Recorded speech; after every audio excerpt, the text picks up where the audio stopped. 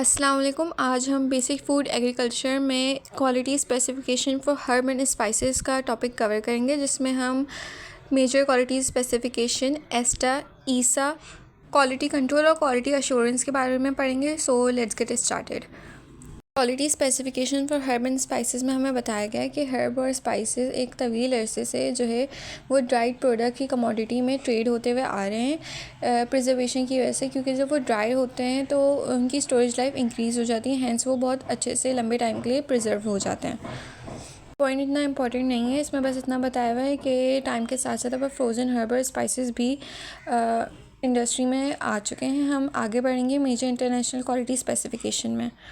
हम सिर्फ important points cover करेंगे, जिसमें सबसे पहला पॉइंट ये है कि हर्ब और स्पाइसेस जो है वो एक हमेशा से एक हाई प्राइस यानी कि महंगी होती हैं, और इसी वजह से जो है ना इनमें अडल्ट्रेशन बहुत आराम से हो जाती है।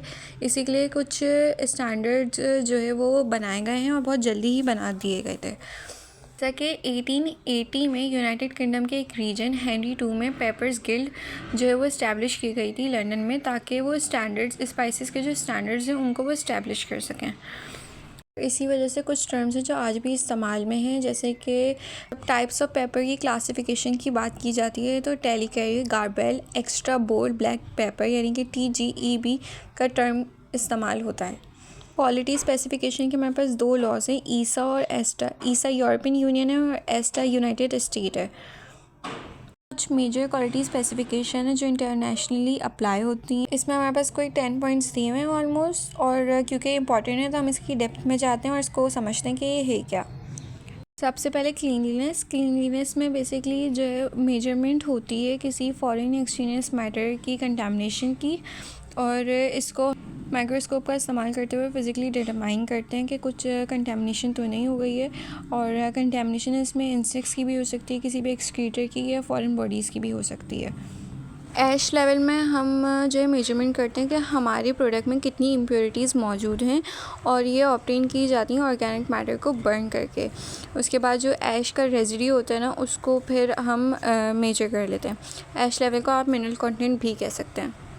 एसिड इनसॉल्युबल ऐश एक क्लासिक डिटर्मिनेशन है क्लीननेस की हर्ब और स्पाइस में। इसकी मेजरमेंट जो होती है वो ऐश कंटेंट को बर्न करके बॉईल करके होती है नॉर्मल HCl में। वोलेटाइल ऑयल डिटर्मिनेशन में हर्ब या स्पाइस को बॉईल किया जाता है पानी में। उसके बाद जो है जो ऑयल होता है वो ऊपर आ जाता है पानी के।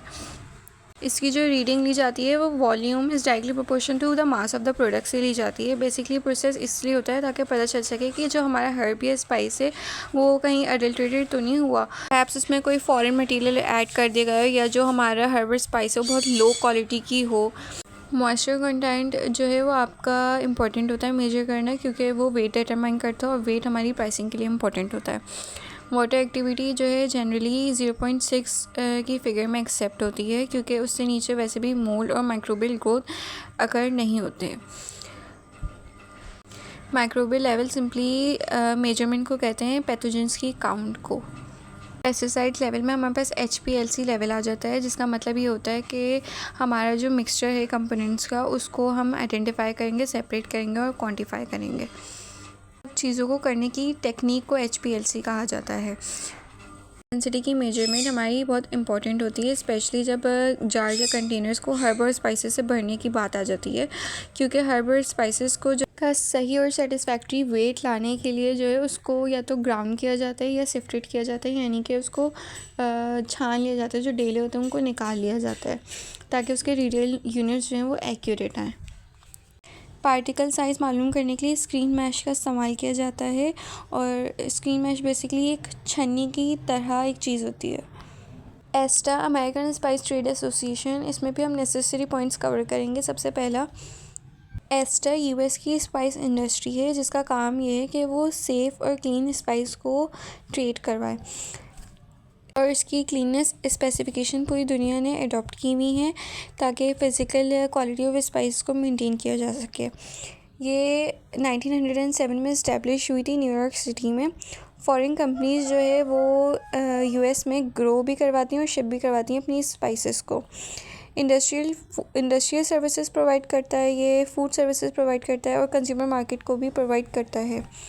एस्टा की रिकमेंडेशन में ये आता है कि वो through out the supply chain कोई भी गंदगी या कीड़े मकोड़े को आने से रोकेगी, और ये इन्वायरमेंट कंटामिनेशन, क्रॉस कंटामिनेशन और पोस्ट प्रोसेसिंग को भी प्रिवेंट करती है प्रोसेसिंग और स्टोरेज के दौरान। माइक्रोबियल रिडक्शन टेक्निक्स को ये इस्तेमाल करती है। पोस्ट ट्रीटमेंट टेस्टिंग होती है इसमें, ताकि आपका जो प्रोडक्ट है वो सेफ़ रहे।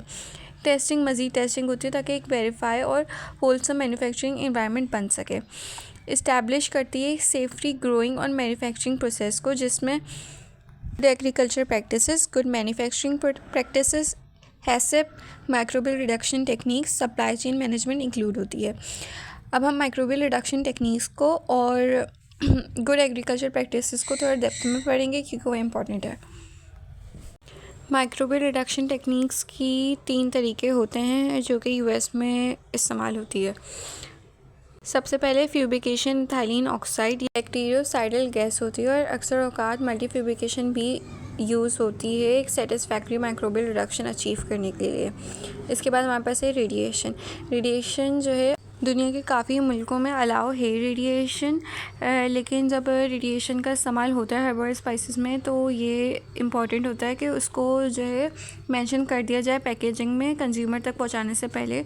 लेकिन कंज्यूमर ने कंसर्न शो किया कि पता नहीं ये फ़ूड में इस्तेमाल हो भी सकते हैं या नहीं हो सकते, तो इसकी वजह से ये जो टेक्निक है वो प्रिवेंट कर दी गई है। हालांकि बहुत एफिशिएंट प्रोसेस है, और जिन कंट्रीज़ में ये आज भी इस्तेमाल होती है तो वो लॉ की वजह से, लॉ के थ्रू उनको परमिशन मिलती है इसको यूज़ करने के लिए।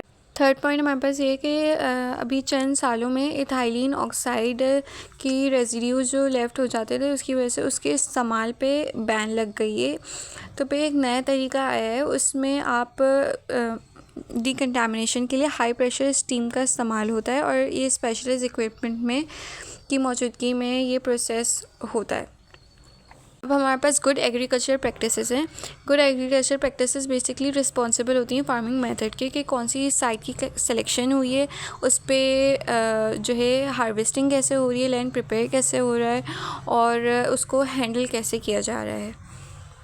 That's it for today. आज का लेक्चर हमारा यहीं पे ख़त्म होता है। होप सो आप लोगों को टॉपिक समझ आया होगा। You can comment down if you want me to explain a topic of your choice, and make sure to subscribe for further lectures. Thank you for watching.